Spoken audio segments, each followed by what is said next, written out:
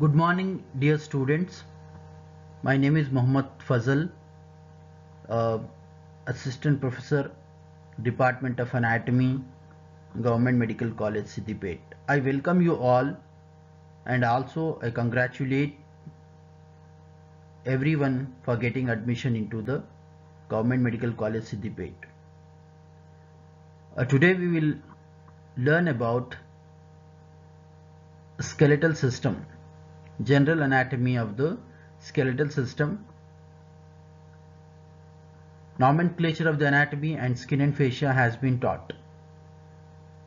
So you are now familiar with the terms of the anatomy and various the nomenclature related to the anatomy. So as we go on, so it will be easy for you to understand the various terminology which we use in various chapters, because already you are familiar with the terminology. And those who are not familiar with it, please revise the first chapter, which is very important. Otherwise you will not understand the terms related to anatomy which we use in the present chapter, that is skeletal system. Now what are the learning objectives of today's lecture? Number one, after studying this chapter, you should be able to describe types of skeleton and you should name the bones of each type. Number two, functions of the bones. Number three, different type of cells of the bone. Number four, you should be able to classify bones according to their shape and give an example of each. Then you should be able to describe parts of a growing long bone and discuss its blood supply. And you should be able to describe intramembranous ossification and also intracartilaginous ossification of the bone and different types of cartilages with examples. And we should also discuss about the growth of the long bone. So these are the objectives of the today's lecture, which we are going to discuss in detail. The skeleton of the body includes bones and cartilages.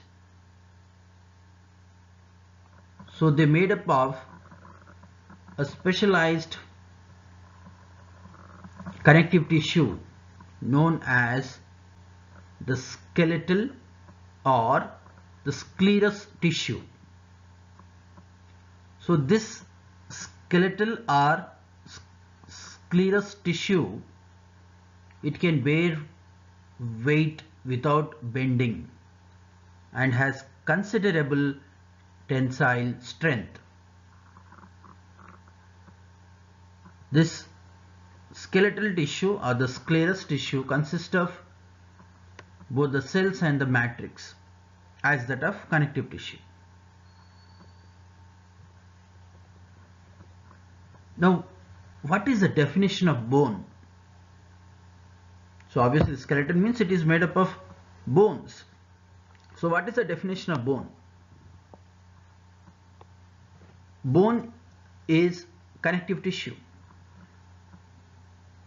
It is a 1/3 connective tissue, consists of calcium salts which form 2/3 of the bone. Then we have the inorganic calcium salts, mainly the calcium phosphate, and partly we see calcium carbonate and some traces of other salts we find in the bone. So these inorganic calcium salts, mainly the calcium phosphate and calcium carbonate, they make the bone hard and rigid.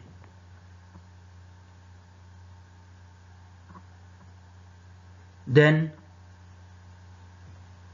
The bone also consists of organic connective tissue, which are known as the collagen fibers,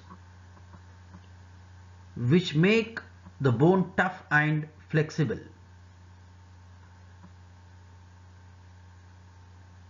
Now, despite of its hardness and high calcium content, the bone is very much living tissue.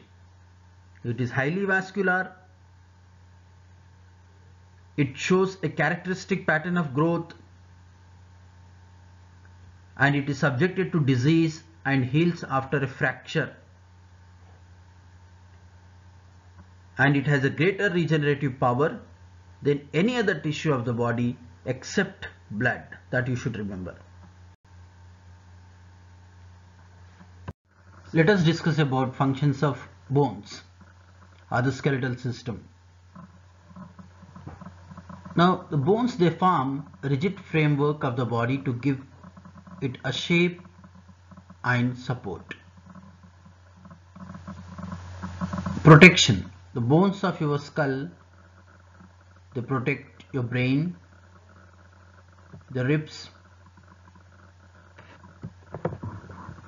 they protect your lungs and heart from injury. And bones, they make blood. The red and white blood cells are formed by a tissue called marrow, which is in the center of the bone. Storage function. Bones store minerals such as calcium and phosphorus for use by the body. So these are the functions of the bone. That the bones, they protect the viscera, example brain, spinal cord, heart, lungs, liver, bladder, etc. Now they make blood, the bone marrow, which is a factory of blood cells. Example, we see white blood cells, red blood cells and platelets. And it is also storehouse of calcium and phosphorus. So about 95% of the phosphorus within the body is deposited in the bones and teeth. Now some bones around the nose contain large cavities filled with air. They are known as the paranasal air sinuses. Right. So these are all the functions of the bone.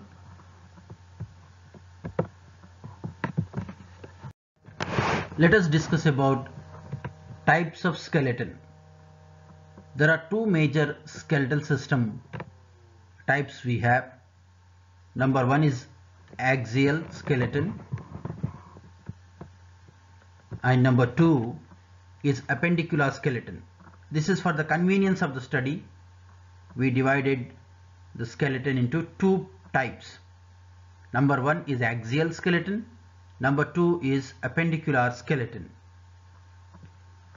The axial skeleton consists of bones and cartilages that lie close to the central axis of the body. What are the examples? What are the bones present in the central axis of the body? The skull, the auditory ossicles, hyoid bone, vertebral column and the rib cage. So these are the bones of axial skeleton. Skull, it consists of two sets of bones, facial bones and the cranial bones. Then auditory ossicles, they are present in the middle ear. So these are three small bones in the middle ear cavity. Then the hyoid bone, It is located above the larynx and below the lower jaw, that is mandible. Then we have vertebral column, consists of 33 vertebrae. The backbone, it consists of 33 vertebrae. The 7 cervical,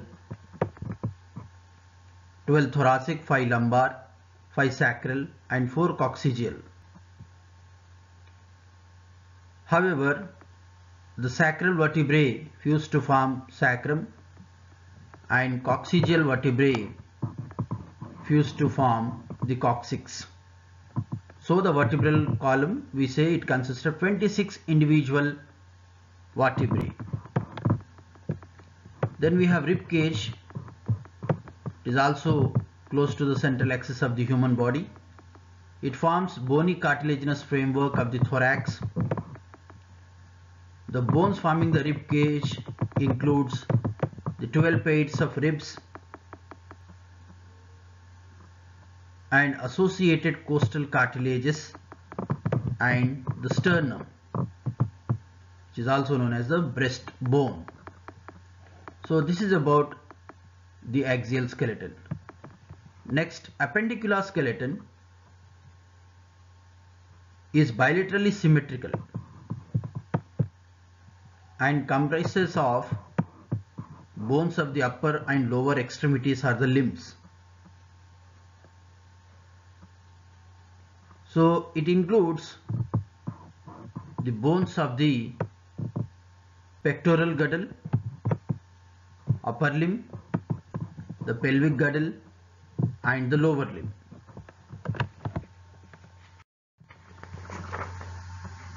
So pectoral girdle, it is made up of the scapulae and the clavicle.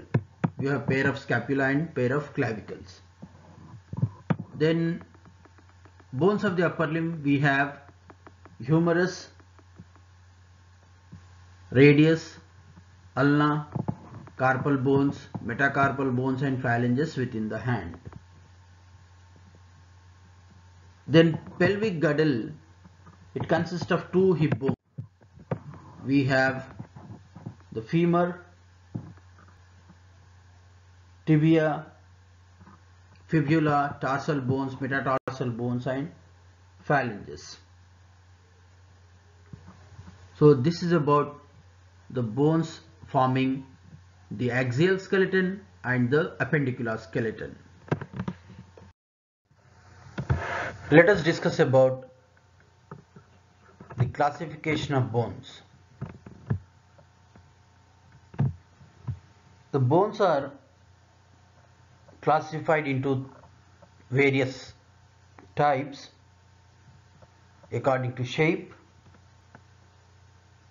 Then according to structure, we say structural classification, and according to development, we say developmental classification. So according to shape, then according to structure or the structural classification, and according to the development or developmental classification. Now classification of bones on the basis of shape. As you see in this slide, according to shape, that means that depending upon size, shape, etc., the bones are classified into number 1 long bones, number 2 short bones, number 3 flat bones, number 4 irregular bones, number 5 pneumatic bones, number 6 sesamoid bones, and sometimes you also see the one more type, accessory bones.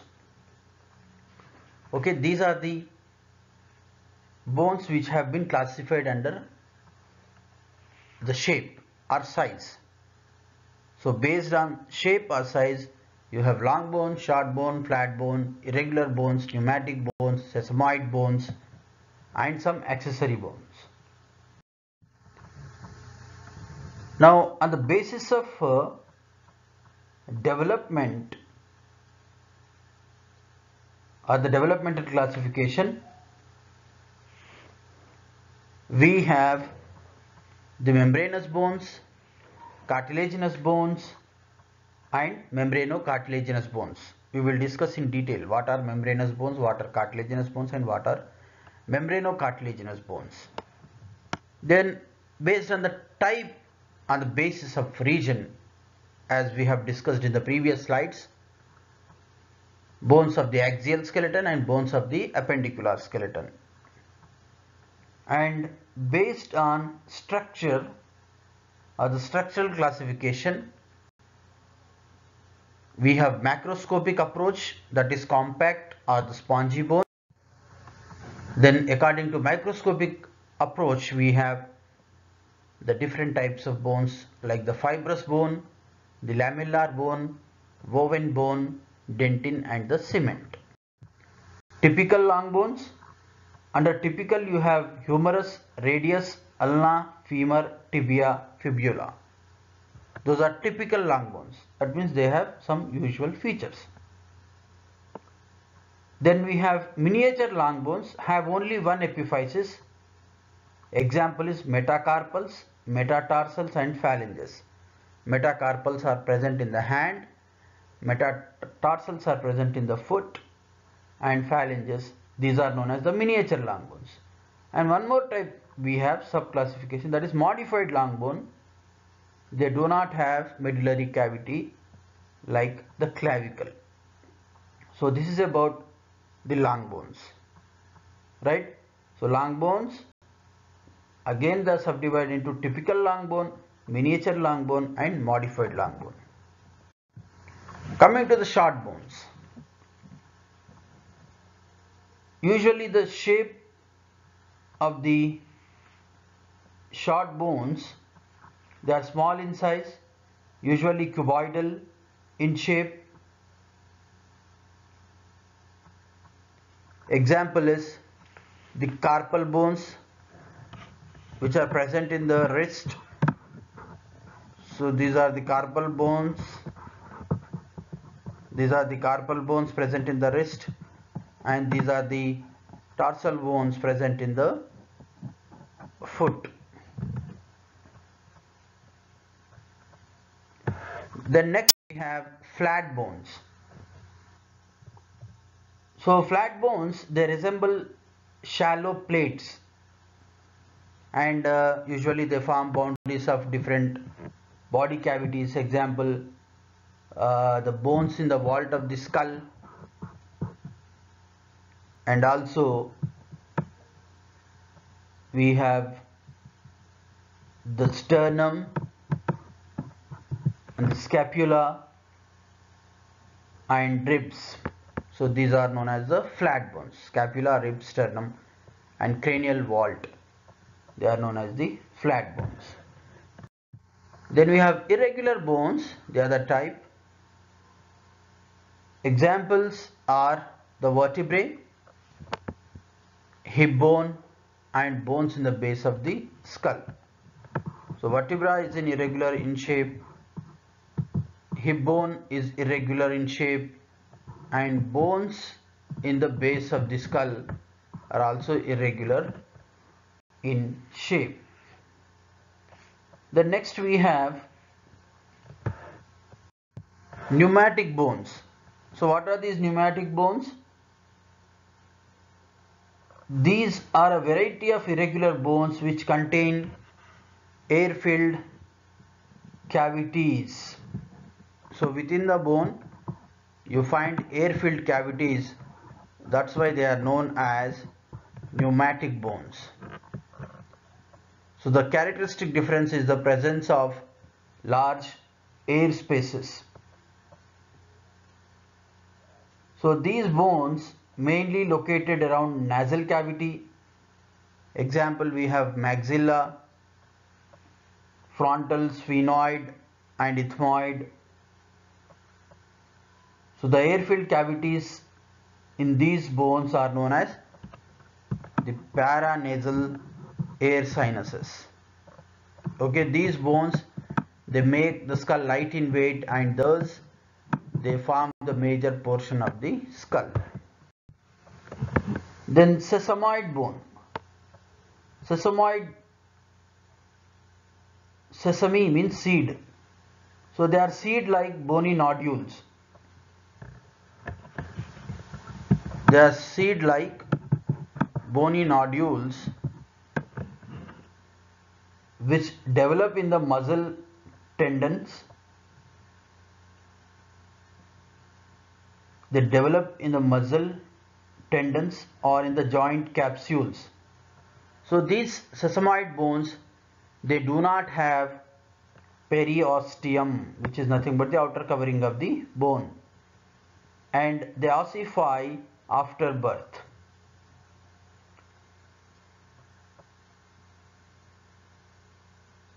So they are related to an articular or non-articular bony surface, and usually they are lubricated by a bursa or the synovial membrane. So what are the examples of sesamoid bones? The patella, pisiform and fibula are the examples of sesamoid bones.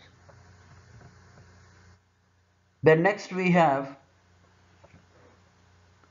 bones based on the development. So we have some other types also, accessory bones, but which are of least important. So we will move on to bones based on the development. So developmental classification. There are three basic types which are mentioned below: membranous bones, cartilaginous bones and membranocartilaginous bones. So membranous bones, also known as the dermal bones, they ossify in membrane, and that ossification we say mesenchymal ossification or the intramembranous ossification, and others derived from mesenchymal condensations. Example: bones of the vault of skull and the facial bones. So these are the examples of membranous bones. Then cartilaginous bones, they ossify in cartilage, that means intracartilaginous or endochondral ossification.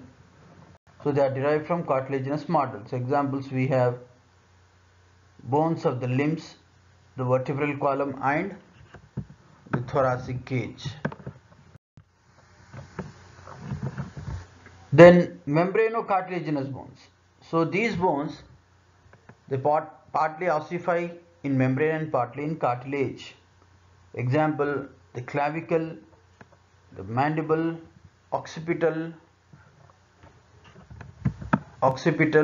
and temporal and the sphinx.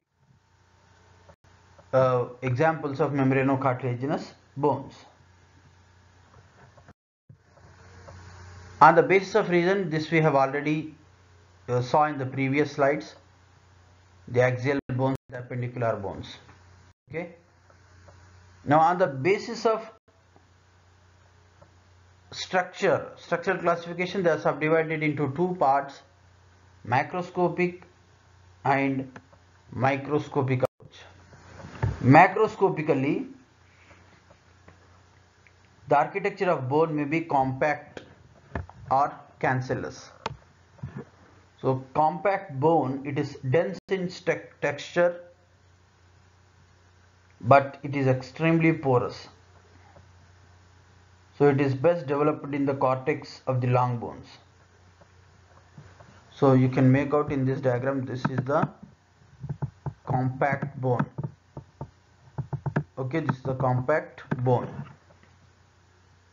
So they are dense in texture. Example, they are located in the cortex of long bones. Then cancellous or spongy bone, also known as the trabecular bone.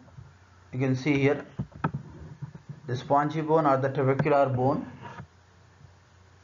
is open in texture and made up of meshwork of trabeculae. So there are meshwork of trabeculae seen in the cancellous or the spongy bone. Okay, example is the inner part of the long bone. Discuss about the fibrous bones.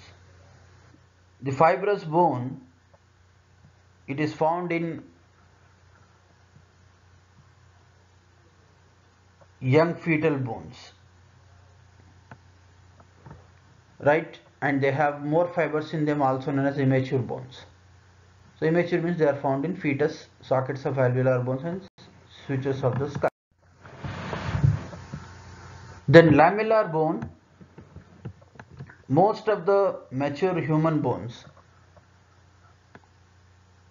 both compact or cancellous, they are composed of thin plates of bony tissue. Usually they are known as the lamellae. Lamellae.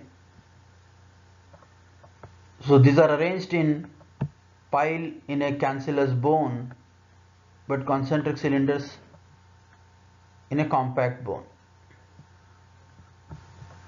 Example, formed in the periosteal surface of the diaphysis. Woven bone, it is found in young fetal bones, but are common in they are found in fetal bones, fracture repair and in cancer of bones. Seen in fetal bone, fracture repair and in cancer. Cementum and dentin. Cementum, it is specialized calcified substance covering the root of a tooth. It hardens to act as adhesive glue. Dentin is one of the hard tissue of the teeth which constitute most of its bulk. Example is our teeth. Picture. Actually here you see the presence of epiphyseal plate. So epiphyseal plate, it is a plate of hyaline cartilage which intervenes between the epiphysis and diaphysis of a growing long bone. So after the fusion of epiphysis with the diaphysis, the bone can no longer grow in length. The epiphyseal plate is nourished by both epiphyseal and metaphyseal arteries. Now note one point here. The fusion between epiphysis and diaphysis occurs 2 or 3 years earlier in females. Hence they are shorter length than males.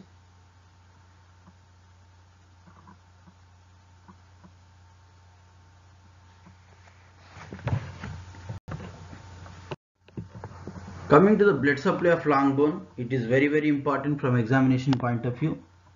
The long bone is supplied by 4 sets of arteries: nutrient artery, periosteal arteries, metaphyseal and epiphyseal arteries. Nutrient artery number 1, number 2 periosteal arteries, number 3 metaphyseal arteries, and number 4 epiphyseal arteries. The periosteal arteries. In this diagram we can make out these are the periosteal arteries. They lie under the periosteum. There are numerous ramified beneath the periosteum. They are present underneath the periosteum. They enter the bone through Volkmann's canal to supply outer 1/3 of the cortex. They supply the outer 1/3 of the cortex. The periosteal vessels are especially numerous beneath the muscular and ligamentous attachments. Then next we have metaphyseal arteries. Metaphyseal arteries, also known as juxtaepiphyseal arteries. They are derived from neighboring arteries, enter the metaphysis directly along the attachment of the joint capsule. Then we have epiphyseal arteries. The epiphyseal arteries, they are derived from arterial anastomosis around the joint. They enter the epiphysis either directly or after piercing the epiphyseal cartilage. So that is about the blood supply of a long bone. So how many sets of arteries we have? Number 1 we have nutrient artery.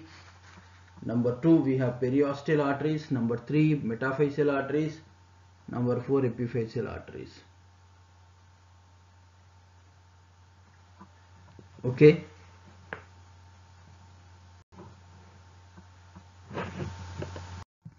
So in this slide we can see nutrient foramen. It is oblique canal situated in the diaphysis of long bone. Nutrient canal slopes away from the knee for femur, tibia and fibula. Canal facing towards the elbow, radius, ulna and humerus. So 90% of long bones have single nutrient foramen. In the middle, 1/3 of the shaft. So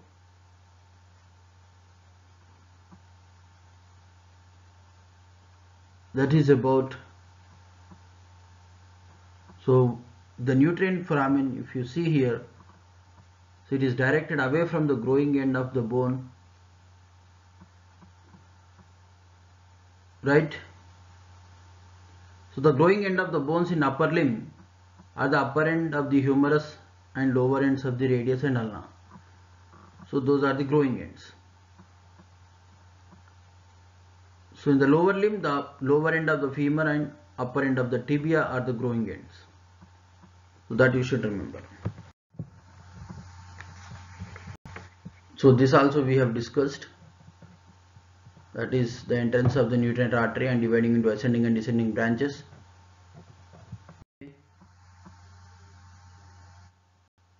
So there are branches within the cortex,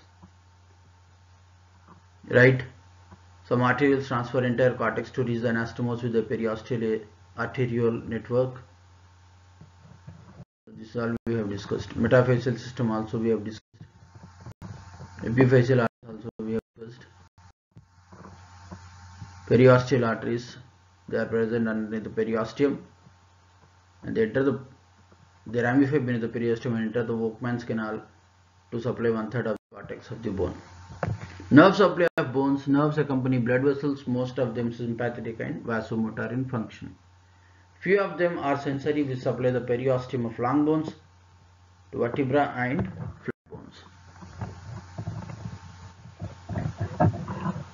Coming to the ossification of bones. Ossification takes place in the ossification centers. So ossification centers may be primary or secondary. The primary centers of ossification of bone, they appear before birth, usually 8th week of intrauterine life, when the baby is in the mother's womb. The secondary centers appear after birth, with few exceptions for the lower end of femur and upper end of.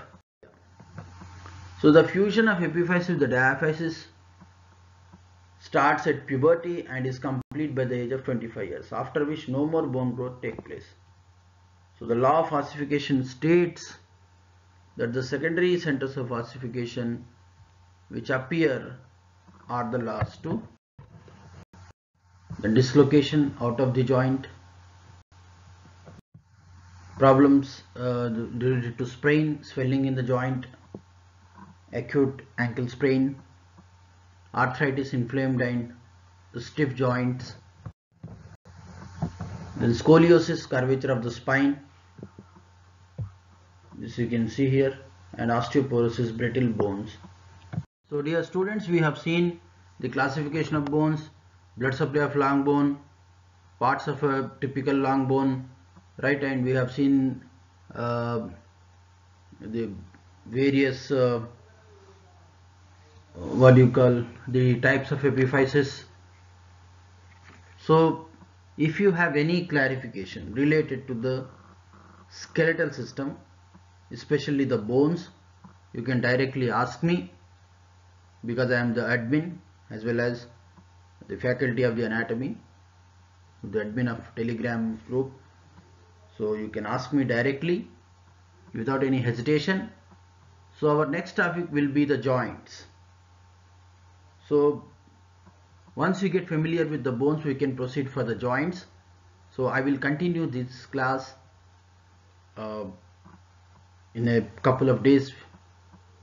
Okay. Thank you very much. All of you read the skeletal system, and if you have any clarifications, you can directly contact me so that I can explain your doubts, because there is so much in the textbooks to tell about the bones, but whatever is needed for you, that I have explained. Even then, if you have any clarifications, you can contact me. I will be try to solve your doubts. Thank you very much.